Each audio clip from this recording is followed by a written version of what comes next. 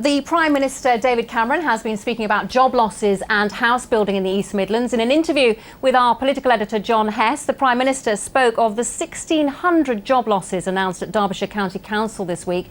But he began by discussing plans for house building. Prime Minister, first on the issue of housing. The Housing Federation says the East Midlands is only building 45% of the homes that the region needs. It supported Ed Miliband's pledge for 200,000 additional homes by the end of a Labour government. And yet already we're hearing from Conservative MPs in marginal seats like Mark Spencer and Anna Soubry in Broxlow saying, not in my backyard. So where's this going to be sorted out? Well, we are sorting it out because we're reforming the planning system so that new houses can be built. We're also helping house builders by introducing this Help to Buy scheme so that mortgages are unlocked for people who want to buy a house or move home who currently can't get a mortgage. The economy is recovering and that helps the housing market itself. So these problems are being addressed. But are your MPs in those marginal seats, are they right to put up such stiff opposition to new housing development? Well, people are absolutely right to say, look, this has got to be determined locally and planning authorities should make decisions. My view is that actually when you trust local councils, what you find is if they're given the choice, they do build the houses, but they try to make sure they're built in the way that local people support. So that's what we put in place, and I'm confident that we'll get the housing that we need.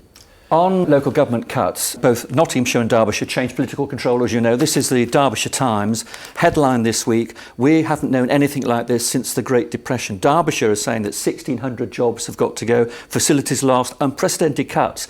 Now, that's not coming from the Labour leader, it's coming from the Chief Executive. Well, I think there's a danger they're trying to play a blame game. Look, everyone in the country, everyone watching this programme knows that we have a big budget deficit. We can't live with beyond our means. We've had to make cuts in central government, cuts in local government. But actually, when you look at the cuts that local government, additional cuts that they're being asked to make, they are relatively modest. They can be done.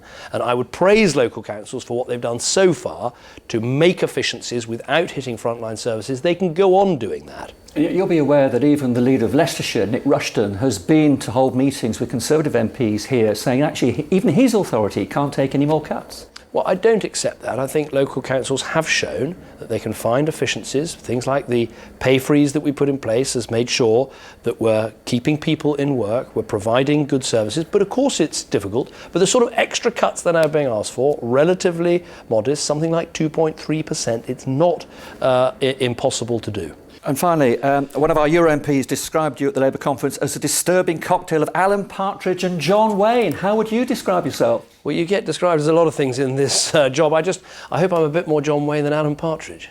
Prime Minister, thank you very much indeed. Thank you. Well, he didn't seem too upset about that, Glenys. That was all your fault, by the way, but we couldn't help but wonder what a mix of David Cameron, John Wayne and Alan Partridge would actually look like. So here you are, ladies, just for you and our viewers at home. There he is. What do you make of him? A little bit scary?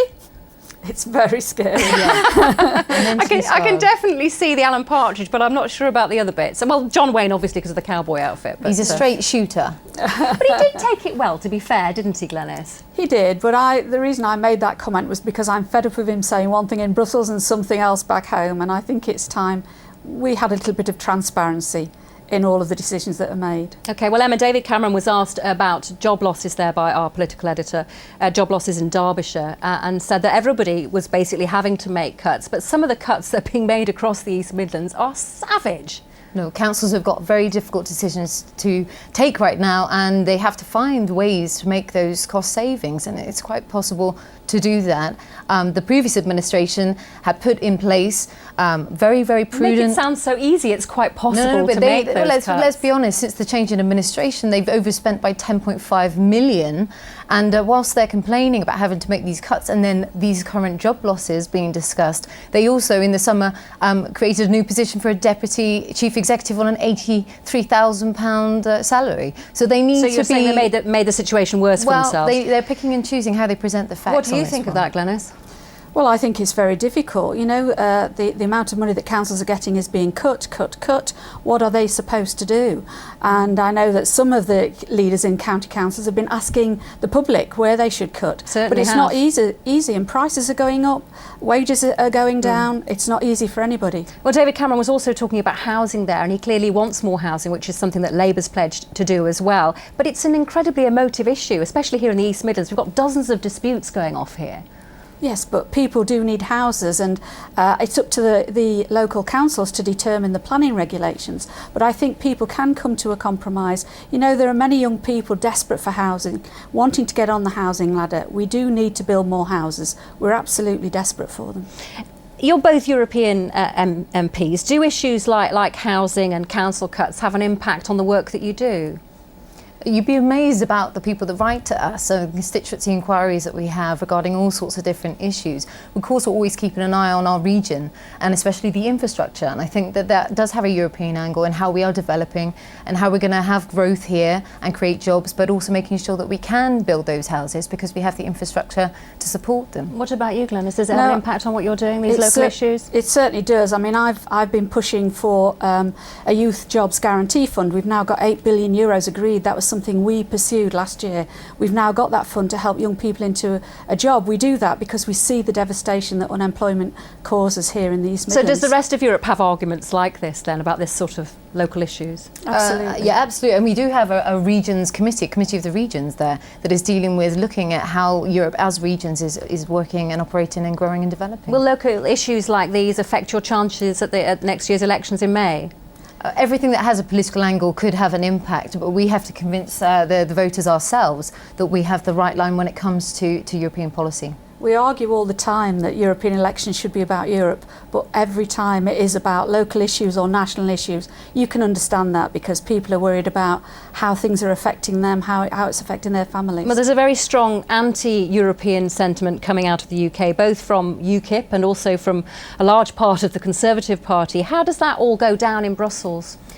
Well, we've got their attention here in the UK. We have very strong feelings about our relationship in the future with the European Union. And I think it's absolutely right that we stop and take stock of where we are. I want all those decisions that Glenys was talking about to be taken here in the UK and as local as possible. But that's the problem with Brussels. It wants to take more powers and more decision making away to Brussels and further away from the people. And some of our East Midlands Conservative MPs who've been in on this programme have told us they would like to leave Europe. What do you say about that? Well, let Britain decide. That is what I say. David Cameron has promised us a referendum, an in or out referendum on our future relationship with the EU, and that's what we need. David Cameron is quite clear that it's in Britain's interest to remain part of Europe.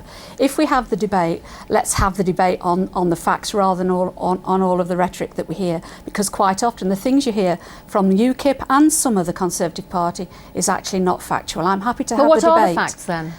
Well, what's the reality? If you look at the government website, you will see that every family in this country is between £1,100 and £3,500 better off per year because of being part of Europe. You don't hear that very often from the Conservative Party, or certainly not Why from not? UKIP. UKIP. We're paying in 13 billion to be members of the European Union. I don't think the British people feel that they're getting their money's worth, and we're certainly more a net contributor than we ever received benefits from the European Union. And people want to feel that they're in control of their destiny, and every single day they see the European decision making creeping into their everyday lives. They don't like it. That's absolutely nonsense.